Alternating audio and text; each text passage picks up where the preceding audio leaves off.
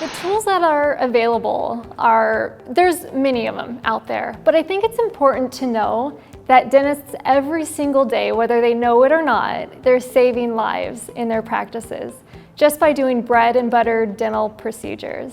So studies have shown that certain bacteria and inflammatory mediators that originate in the oral cavity can make it through the system and can cause systemic diseases or have links to systemic diseases. So things like chronic lower respiratory diseases, diabetes, influenza, pneumonia, heart attacks, strokes, preterm births, many others, all have links to conditions in the mouth. So just by dentists treating that inflammation and bacteria whenever they see it in any way that they know to treat it, they're already saving lives. But if dentists want to go above and beyond for their patients, there's a couple of other things that they can do. One of them, to start off with, is salivary testing. So Oral DNA is one of the companies, but there's many other companies out there. In a 30-second swish and spit, you can send the sample out to a laboratory, and you can get back exact results to see exactly what type of microorganisms are in the body, and if they're at levels above a certain threshold that tell us if they can be potentially causing harm in the rest of the system, in the rest of the body. So another thing that dentists can do are early cancer screenings or oral anomaly screenings. So there's many companies out there. One is Velscope, another one's Visalite. But using those tests, you can detect changes to tissue much easier and earlier than just with the naked eye alone. So I've recently seen that one person dies every single hour of oral cancer, and that's absolutely able to be detected earlier if we're using screening tools like this. So I think it's important for us to at least think about that. We also know that patients with gum disease are more likely to have oral cancer as well. The last thing that we can do is point of care screenings. And so one thing that we're doing is checking patients for their A1C levels. So the other ADA, the American Diabetic Association, came out and said that 25% of the US population is walking around undiagnosed for diabetes. So that's 1 in 4 patients walking through our front door may not know that they have diabetes. So we're collecting that information and sending it off to the physician for them to diagnose it. We're just trying to catch things earlier on.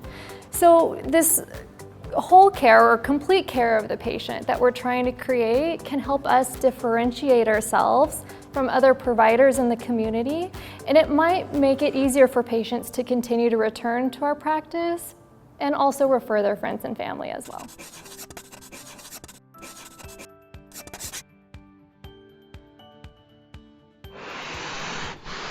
The concept of oral systemic health isn't new. And I've been talking to patients for at least 7 years now. We do what's called a pre-connect. So every single new patient that walks into our practice, the dentist walks out, gives them a great big smile and shakes their hand and thanks them for coming in.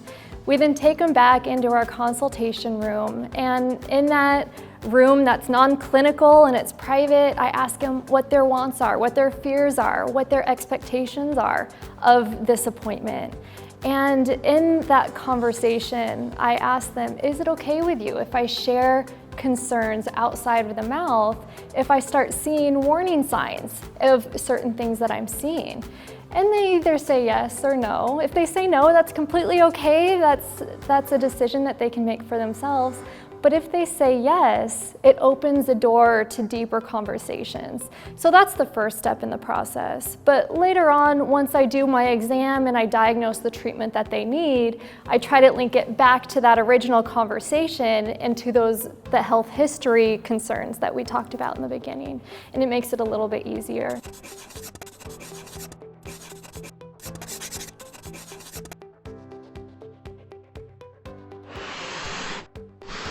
For me, the easiest way to partner with them is as a courtesy to my patients that I diagnose having gum disease, every single one of them, I send out a letter to their physician and I outline all the things that I found in their medical histories. I also go over any tests that I took or any screenings that I did on the patient.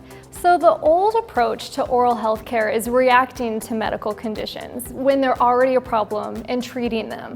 The newer method of medicine is to be proactive about it, and it's a more of a holistic approach where we're preventing diseases and conditions from actually occurring, and when they occur, we're preventing it from making it worse.